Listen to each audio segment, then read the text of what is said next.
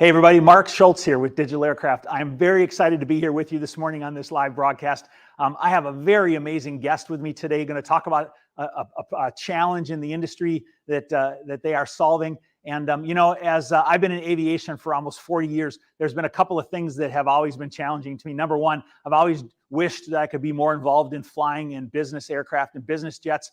And as a business operator, there's always been challenges of business operators actually having the access they want to business jets. And what I'm doing today is I'm bringing in today a guest in a company which is really solving that. And so you need to stand by and watch this because I think you will find this incredibly amazing. Let me go ahead and just jump into this, and I'll invite my guest, Nick Scott, to join us, and we'll start a conversation. Hey, Nick, how you doing today? Good. How's it going, Mark? Good, great. Hey, it's really exciting to be able to be here with you today. I really want to introduce you to my very wide LinkedIn audience, Nick, because the wide LinkedIn audience and the YouTube audiences, 98% of them are involved in aviation, and there are so many people that I know, would like to be more involved in things like flying in business jets and things like that. And so I'm really looking forward to our conversation here today, Nick. Yeah, thanks for having me. Cool, very good. Hey, listen, let's just start out by doing a little bit of introduction. Could you just tell people, who you are and what do you do today? Yeah, so my name's Nick Scott. Just quick background, I've been in aviation most of my life, starting as I consider it, even as a young kid, pretending I was a pilot on my bike, pulling a wagon with friends behind, to opening, some businesses along the way. And I've been an airline pilot captain for the last 15 years. That's incredible. Nick, that's so funny that you would say that, because all of us that are passionate about aviation and are involved in aviation, we do those same kind of things. We just are involved in different things. One of my very first jobs was working at an FBO, and I actually lived in Minnesota, and I was refueling aircraft as they would business jets as they would come up. And I was always dreaming about being able to fly, during that. And so there's always things that we're doing that, are really challenging and wishing we could do more. Hey, can I ask you just a little bit more? You said you're involved in aviation today. What is it specifically, that you're doing today, in your business? I mean, not in your business, but that you're doing, in the industry today? Yeah, on a personal side, so I've been an airline captain. I'm a line check airman, basically on the Airbus 320, 321 aircraft. Also do some training with the particular airline I fly for as well. Previous to that, it was flew corporate, and then was a Gold Seal flight instructor, and the rest is history. There you go. So you're flying 320s, and so you're helping people also to become certified to fly them as well, is what you're doing? Correct. Yeah. Anytime there's a new first officer that gets it passes his initial check ride through ground school training and then the simulator training, what most people don't realize is their first flight in a real airplane is with passengers on a revenue flight. And it has to be with a special qualified captain, and we call those line check airmen. And so it's with someone like myself who will fly with them for their first trip. Excellent. So you're involved with a lot of people that are actually, flying in commercial aviation. You work for a commercial operator here in the U.S. That's great. That's a lot of great experience involved with a lot of people. Nick, I wanted to kind of shift just a little bit and talk a little bit about some of the challenges that I see when we look at business aviation. I myself personally have wanted to be more and more involved in business aviation. Now, I'm an A&P mechanic, and I'm also, a commercial multi-engine, pilot for many, many years. And I'm in engineering, and I've been involved with manufacturers and many, many businesses over the years. And so I meet with a lot of people all the time, and people are always wishing that they could be more involved in business aviation, flying, in business jets and things like that. And so I know there's two challenges if we look at business aviation that I see. Is number one is that individuals find that the cost of acquiring your own business jet trip is quite high, and so it becomes pretty challenging. And then the other half I wanted to talk about is how businesses can get access to business jets. And so I see those two problems really out there. So if we take a look at sort of people and their ability to be able to get access to business jets to travel, I mean, do you see that yourself? Do you see people challenged to get access themselves individually into business jets? Yeah, absolutely. And that was one of the first things I did when I had started this. Is I started reaching out to see, how much it would cost to charter a jet. And I found that one, and both, business and personal, they experience this. It's expensive. And I knew it was expensive, but I didn't realize how truly expensive it is. And then two, availability and ease of use. It's hard. It's not as simple as just going online and getting a quick quote, or you call one operator or broker and you call another one. Some get back to you, some don't. It's difficult and it's somewhat complicated. And I think that's why most people that travel personally on private have someone that handles that for them. Because it's kind of a mess. Yeah, I really see that. And Nick, I recently had a conversation with one of the largest business jet operators here in the United States, and they told me that about 70% of their return flights go back empty. And so all these jets are flying around, empty. So someone acquires a jet and they maybe they get access to fly somewhere, and then that jet, unless they have a return trip somewhere, it ends up flying back empty. And that's really challenging to me to think, wow, there's so many of these jets that are flying around empty. That's just really incredible. Have you seen that same thing happening? Yeah, absolutely. We've noticed, and that's one thing that goes to the cost, right? So when you get a quote, part of your quote is you're paying, wholesale for that plane to fly empty to pick you up. And then you're paying retail to fly you to where you need to go. And then sometimes you're paying wholesale again for that plane to fly empty to go back to where it needs to go. So we see that a lot. So these all represent challenges. Now let's flip over to the other side. If you're a business owner or a business operator and you want to have the convenience of business jet travel, so we find that also challenging for people to be able to make happen. They either have to be in a position where the company can buy a jet, or there has to be something which really works for them. I mean, what kind of challenges are you seeing for business owners to be able to get access to business jet transportation? I think it goes back to the two things, really, the cost and ease of use and availability. But honestly, most businesses, if you listen to any big gurus, they're like, man, the minute I bought my jet, my business went up 10x or it went up this much. And it's like, well, you still had to be in a position to buy a jet, first of all, which is not cheap. And so I think for most businesses that aren't in the position to buy a jet, it's that cost benefit analysis. Like, is it worth spending, $30,000+ for this one-way flight to land this client? And can we do this on a regular basis? And then booking it. Is it easy to book? Is it hard?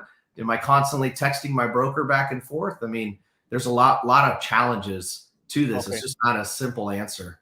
So perfect. So what we've just done is we've just described some of the challenges in the industry. And so that's really good. That's what I wanted to do. So the people watching today, if you're watching today, I wanted you to understand sort of the things that Nick and EathJets were trying to address. And so what I'd like to do now, if we could, is can we talk a little bit about EathJets? So you've started this new business, and I'd like for people to understand really at a high level, what is it really? What is EathJets, and what are you doing today?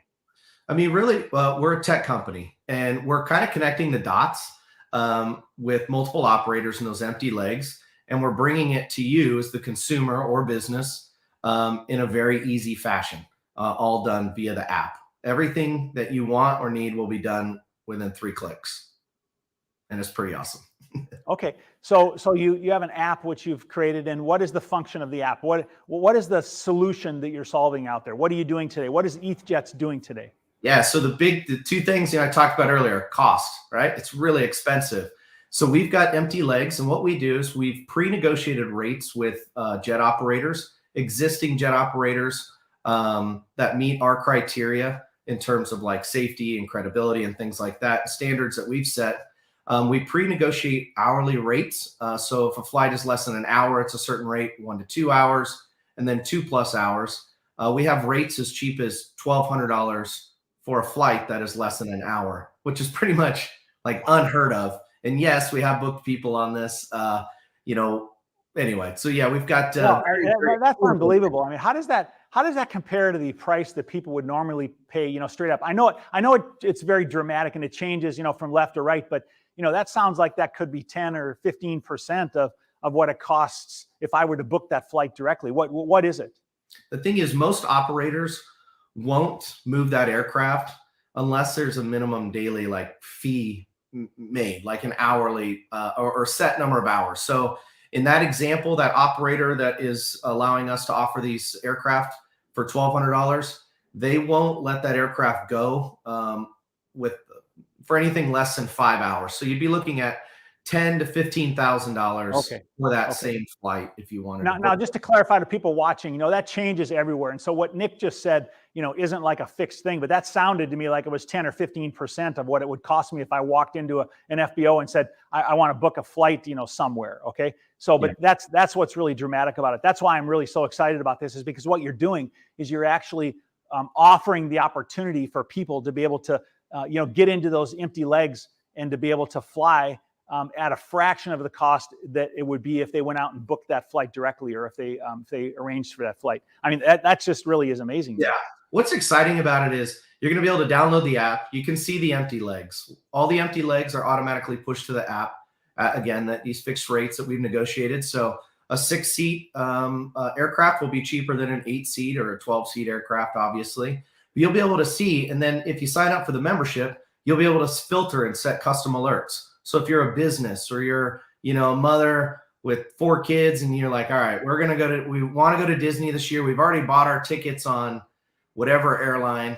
But you can go in and set up an alert. Say, hey, alert me if there's any empty legs from, Los Angeles to Dallas, Texas. We're going to go see grandma for Christmas. I need any alerts in the Los Angeles area in this date range, and the app will alert you if an empty leg and when it pops up. Yeah, Nick, that's just really incredible, because you've completely realigned the cost of flying in a business jet, whether you're an individual or whether you're a business. Because what you're talking about is substantially less than if you were to initiate that flight versus being able to access the empty leg. I mean, that's just really, really, really incredible. It's really amazing. So now, listen, we've talked a couple of times about apps, and we've talked about why we've talked about the company ETHJet. You're going to have to bring in a conversation here. What is ETHJet? Why is this company called ETHJet? Well, everything that we do really was founded on the blockchain. So ETH is short for Ethereum, the cryptocurrency.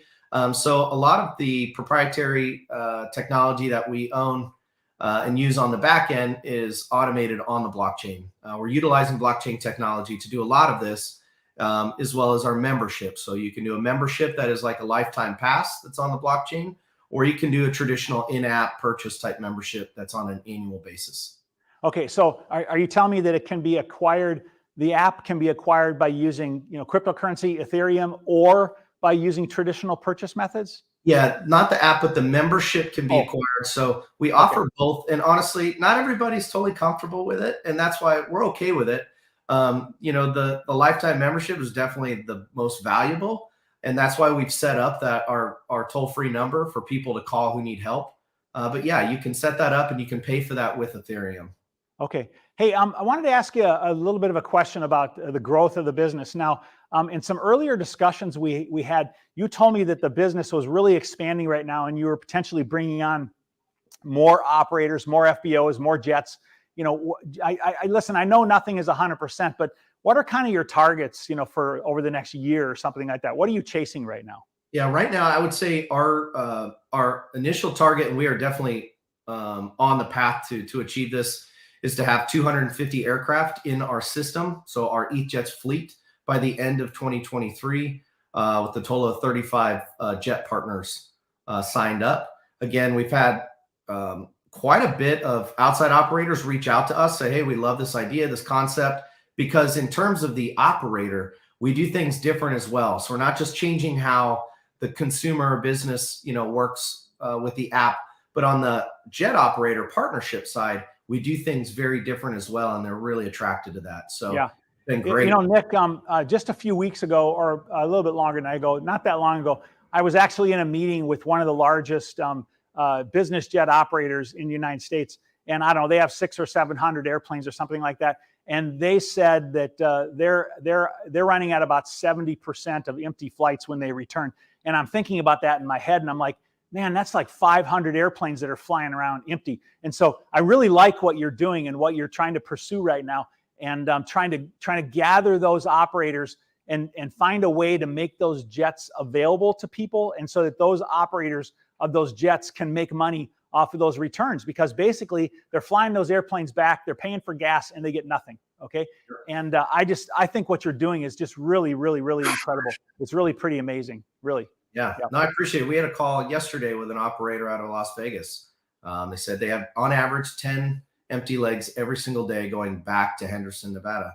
just outside of Las Vegas. Yeah, so that's really fantastic. So really, Nick, I think what you guys are doing is really amazing, and I really support it. I've been in aviation almost 40 years, and I've wanted to be more involved in business aviation and flying in jets. And I am really thinking there's a lot of people like me in this industry, and I really believe that what you're doing is you're really addressing, business problems as well as passions that people have. They want to be more involved in that. Let me just ask you a question: is that why are you doing this? What is your passion, Nick? Why would you even get involved in doing something like this? I mean, for me, obviously I love aviation. It's been in my blood since I was born. I feel like I'm obsessed with it.